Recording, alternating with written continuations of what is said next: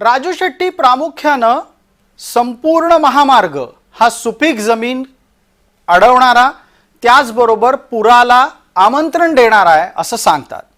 पण राज्य सरकारच्यासाठी महामार्ग आणि विकास असं एक समीकरण महत्त्वाचं ठरतं।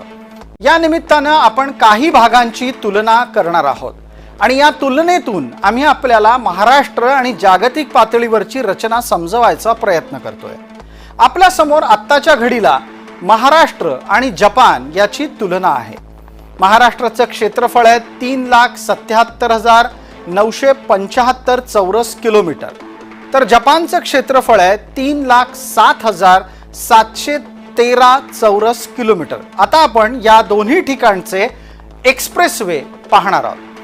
महाराष्ट्रामध्ये 990 किलोमीटरचा सुमारे एक्सप्रेसवे आहे, ज्यातला सगळ्यात प्रमुख मार्ग हा आत्ताच्या घडीला मुंबई नागपूर म्हणून गणला गेलेला समृद्धी महामार्ग आहे आणि दुसरा आहे तो जवळपास 90-95 किलोमीटरचा महाराष्ट्रातला पहिला एक्सप्रेसवे म्हणजे मुंबई पुणे महामार्ग।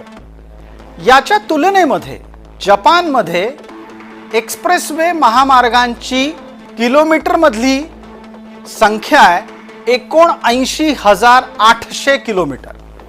फक्त जपानची तुलना नाही करायची आहे, यापुढे आता आपण दक्षिण कोरियाची तुलना करू। महाराष्ट्राचं क्षेत्रफळ आहे 3,77,975 चौरस किलोमीटर। दक्षिण कोरियाचं क्षेत्रफळ किती आहे ते पहा, ते आहे 1,03,63 चौरस किलोमीटर। आणि याच्या तुलनेमध्ये किती प्रकारचे एक्सप्रेसवे कुठे आहेत तेही आता आपण जाणून घेऊया। आपण आता महाराष्ट्रातले एक्सप्रेसवे जर जाणून घेतले तर मगाशी म्हटल्याप्रमाणे ते 990 किलोमीटरच्या आसपास भरतात।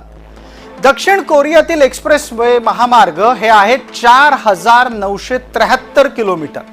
आणि अशा स्थितीमध्ये एक्सप्रेसवे हे फक्त आणि फक्त विकासाच्या साठीच गरजेचे आहेत असा तर्क राज्य सरकार देत आहे।